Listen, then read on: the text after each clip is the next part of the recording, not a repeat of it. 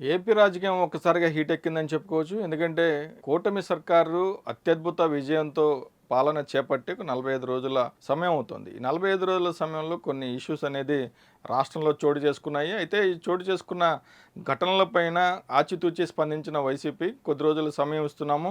శిశుపాలుడి తప్పుల్లాగా మీ ప్రభుత్వ తీరును గమనిస్తూ ఉంటాము. ఆ తర్వాత మేము ఎంటర్ అయ్యి ప్రజల్లోకి మీ తప్పులను ఎత్తి చూపుతామని చెప్పి గతంలో వైసీపీ అధినేత జగన్ పదే పదే స్పష్టం చేసిన పరిస్థితి. ఆయన ఎన్నికల్లో ఓటమి తర్వాత ఒక 2 సందర్భాల్లో మీడియా ముందుకొచ్చారు. ఒకటి ఎన్నికల ఫలితాలు వచ్చిన రోజు, ఆ తర్వాత పిన్నెల్లి రామకృష్ణారెడ్డి ఆయన్ని కలవటం కోసం నెల్లూరు జైలుకెళ్ళినప్పుడు. ఇక మూడోసారి ఈరోజు వినుకొండలో ఎవరైతే రషీద్ అనే కార్యకర్త హత్యకు గురయ్యారో, ఆ హత్యకు గురైన సందర్భంలో ఆ ఇంటికి వెళ్ళటం, అక్కడ అతని రషీద్ కుటుంబ సభ్యుల్ని పరామర్శించిన సందర్భంలో ఒకసారిగా ఒకవైపు పరామర్శలు జరుగుతూ ఉన్న పరిస్థితుల్లో మరోవైపు వైసీపీలో క్యాడర్ అంతా కూడా యాక్టివ్ అయిన పరిస్థితి కనిపించింది. అదేవిధంగా వైసీపీ నేతలంతా కూడా కొంత ఇప్పటివరకు కూడా నిరాశ నిస్పృహలతో ఓటమి భారంతో ఉన్న సిచ్యువేషన్ నుంచి బయటపడే ప్రయత్నం అనేది వినుకొండ ఘటన, వినుకొండ టూర్ అనేది కారణానికి దారితీసిందని చెప్పుకోవచ్చు.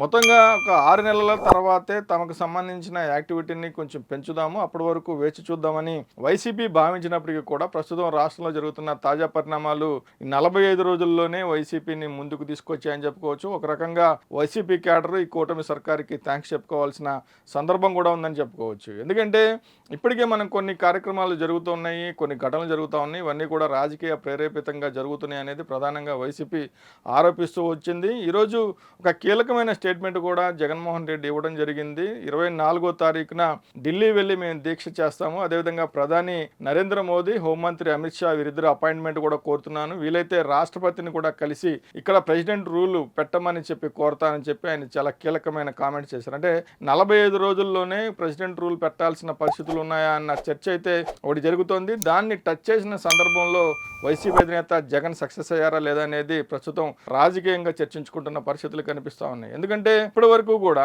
జగన్మోహన్ రెడ్డి ఓటమి తర్వాత ఆయన 2 సార్లు కూడా బెంగళూరు వెళ్ళడం జరిగింది. ఇంకొకసారి మొన్న రెండవసారి బెంగళూరు పర్యటనలో ఉన్న సమయంలోనే ఈ వినుకొండ ఇన్సిడెంట్ జరగడం, ఆయన అక్కడ నుంచి హుటాహుటిన నిన్న బయలుదేరి రావడం, ఈరోజు వినుకొండకు వెళ్ళడం జరిగింది. వినుకొండకి వెళ్లే క్రమంలో జరిగిన పరిణామాలంతా కూడా రాజకీయంగా చర్చనీయాంశమయ్యాయి. ఆయన తనకు కేటాయించిన వాహనం బుల్లెట్ ప్రూఫ్ వాహనం నుంచి తన సొంత వాహనంలోకి మారటం, ఆ వాహనం రిపేర్ వచ్చిన వాహనాలను కేటాయించారని చెప్పి వైసీపీ విమర్శలు చేయటం, కాదు అలాంటిదేం లేదు, ఆ వాహనం రన్నింగ్లోనే ఉంది, ఆయన కాన్వాయ్తో వెళ్ళింది, లోపల ఏసీ పనిచేయడం వల్ల లోపల జగన్మోహన్ రెడ్డి కనిపించడం లేదు కాబట్టే ఆయన తను కనిపించేలా ఉండటం కోసం వాహనం మారారు తప్ప ఆ వాహనం రిపేర్కి వచ్చిందనేది కరెక్ట్ కాదని అంటే డీజీపీ ఆఫీస్ నుంచి ఒక ప్రెస్ నోట్ రావడాన్ని కూడా చూసాం. అంటే మొత్తంగా కొద్ది రోజులుగా జరుగుతున్న పరిణామాలంతా కూడా రాజకీయంగా టీడీపీ వర్సెస్ వైసీపీ మాదిరిగా మారిపోతూ ఉన్నాయి. ఆధిపత్యం చలాయించేందుకు 2 పార్టీలు కూడా చూస్తున్న నేపథ్యంలో మొత్తంగా ఈ 45 రోజుల్లోనే కొంత హీట్ ఎక్కిన వాతావరణం కనిపిస్తోంది. నువ్వా నేనా అన్నట్టు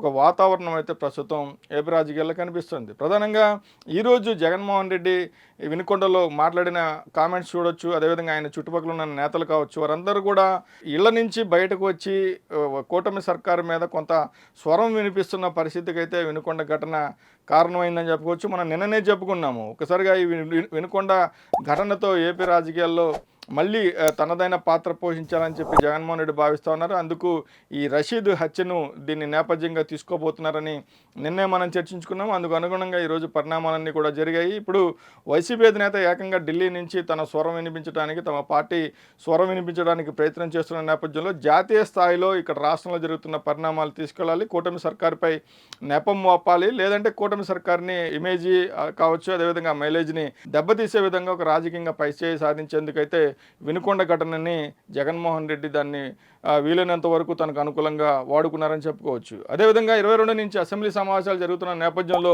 అక్కడ కూడా తమ స్వరం వినిపిస్తాము, గవర్నర్కి సంబంధించిన స్పీచ్ని అడ్డుకుంటామని చెప్పారు. అదేవిధంగా ఆ తర్వాత మంగళవారం రోజు అంటే సోమవారం రోజు అసెంబ్లీ సమావేశాలు స్టార్ట్ అవుతున్నాయి. మంగళవారం రోజు ఈ 2 రోజుల పాటు ఇక్కడ తమ నిరసనను వ్యక్తం చేసిన తర్వాత ఢిల్లీకి వెళ్ళి బుధవారం రోజు అక్కడ ఒక సింబాలిక్ ధర్నా చేస్తామని చెప్పి ఆయన పదే పదే స్పష్టంగా చెప్పడం జరిగింది. ఈ సింబాలిక్ ధర్నా ఏంటి, సింబాలిక్ ధర్నాలో ఏ విధంగా ఉండబోతుందన్న ఒక చర్చ కూడా జరుగుతున్న నేపథ్యంలో వైసీపీ క్యాడర్ అయితే మొత్తంగా కూటమి సర్కార్కి థ్యాంక్స్ చెబుతున్న పరిస్థితులు కనిపిస్తున్నాయి. ఎందుకంటే కేవలం 11 సీట్లు మాత్రమే సాధించిన పరిస్థితుల్లో ఏ విధంగా ఉంటుంది తమ భవిష్యత్తు, పార్టీ భవిష్యత్తు ఎలా ఉంటుందనేది అందరూ కూడా ఎదురు చూస్తున్న ఒక సిచ్యువేషన్ ఉన్న పరిస్థితుల్లో ఈ మొత్తంగా జగన్ ముందుకు రావటం, అదేవిధంగా చాలా కాలం తర్వాత అంటే గతంలో ఎప్పుడైతే ప్రతిపక్షంలో ఉన్నారో ప్రతిపక్షంలో ఉన్నప్పుడు మాత్రమే ఆయన జనం దగ్గరికి వెళ్ళడం, ఎక్కడైనా జనం కొంతమంది కనిపిస్తే దిగి వారిని పలకరించడం, తనదైన స్టైల్లో వారందరి నెత్తి మీద చేతులు పెట్టి వారితో సన్నిహితంగా మాట్లాడటం గత సందర్భంలోనే కూడా మనం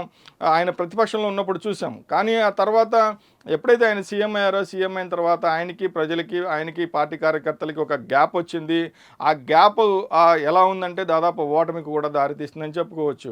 ఈ నేపథ్యంలో ఆయన ఎప్పుడు కూడా సీఎంగా ఉన్నప్పుడు ఏ కార్యక్రమానికి వెళ్ళినా ఒక పరదాలు కట్టి అత్యంత భారీ భద్రత మధ్య ఆయన వెళ్లాల్సి వచ్చింది. అదేవిధంగా ఈ డివైడర్ మధ్యలో ఉన్న చెట్లు కొట్టేయడం కావచ్చు, పెద్ద చెట్లు కొట్టేయడం కావచ్చు, అవన్నీ కూడా విమర్శలకు తావిచ్చిన నేపథ్యంలో అవన్నీ కూడా వైసీపీ ఓటమికి కారణాలైనాయి అని చెప్పుకోవచ్చు. ఇలాంటి పరిస్థితుల్లో మళ్ళీ పాత జగన్ను గుర్తుకు తెచ్చేలాగా ఈరోజు వినుకొండ టూర్ అయితే సాగిందని చెప్పుకోవచ్చు. ఆయన తాడేపల్లి నివాసం నుండి బయలుదేరిన దగ్గర నుంచి వినుకొండ వెళ్ళి తిరిగి వచ్చే వరకు కూడా ఆయనలో పాత జగన్ కనిపించారన్న చర్చ వైసీపీ కేడర్లో వినిపించింది. కాబట్టి ఒక రకంగా ఓదార్పు యాత్రలన్నీ జగన్కి కలిసి వచ్చాయనేది ఒక సెటర్లు కూడా అంతర్గతంగా వినిపిస్తున్న నేపథ్యంలో, ఏపీ రాజకీయాల్లో చర్చ జరుగుతున్న నేపథ్యంలో మొత్తానికి ఈరోజు వినుకొండ పర్యటన అయితే పార్టీ పరంగా వైసీపీకి సక్సెస్ అయిందని చెప్పుకోవచ్చు.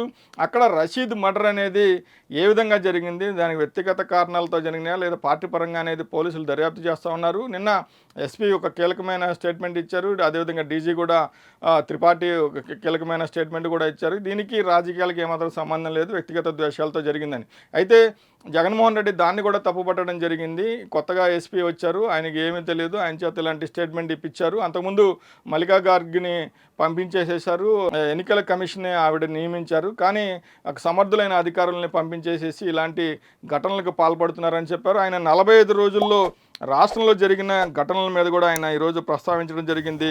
దాదాపు 45 రోజుల్లో 36 రాజకీయ హత్యలు జరిగాయి, 300కు పైగా హత్యాయత్నాలు జరిగాయని చెప్పి ఆయన కీలక ఆరోపణలు చేశారు. దీంతోపాటుగా చీనీ చెట్లని కాల్ చేస్తున్నారు, షాపులని కాల్ చేస్తున్నారు, చెట్లు కొట్టేస్తున్నారు, పంటలను ధ్వంసం చేస్తున్నారని కూడా ఆయన ఆరోపించారు. దీంతో పాటుగా పోలీసులు ప్రతిదానికి కూడా టీడీపీ ఏం చేస్తుందో దాని అంతటికి కూడా చూస్తూ ఉంటున్నారు, ప్రేక్షక పాత్ర వహిస్తున్నారనే ఆరోపణలు చేస్తూ ఇక్కడ విషయాల మీద దృష్టి సారించాలని చెప్పి గతంలో ప్రధాని నరేంద్ర మోదీకి ఆయన 2 రోజుల క్రితమే ఒక లేఖ రాయడం జరిగింది. తాజాగా ఢిల్లీ వెళ్ళి ప్రధానిని అదేవిధంగా హోంమంత్రిని కలుస్తాను, వీలైతే రాష్ట్రపతిని కూడా కలుస్తాను, రాష్ట్రంలో రాష్ట్రపతి పాలన విధించమని కోరుతానని చెప్పి ఆయన మాట్లాడడం అనేది ప్రస్తుతం ఏపీ రాజకీయాల్లో చర్చకు దారితీస్తుంది. ఆయన మాట్లాడిన తర్వాత అటు వినుకొండ ఎమ్మెల్యే జీవి ఆంజనేయులు కావచ్చు, ఆ తర్వాత రాష్ట్ర అధ్యక్షుడు పల్లా శ్రీనివాస్ కావచ్చు, వారిద్దరూ కూడా స్పందించడం జరిగింది. గతంలో మీ హయాంలో జరిగినప్పుడు మాత్రం వీటి గురించి ఎక్కడా చర్చించలేదు, ఇవి అనుకోని ఘటనల్ని రాజకీయం చేసి లబ్ధి పొందే ప్రయత్నం చేస్తూ ఉన్నారు,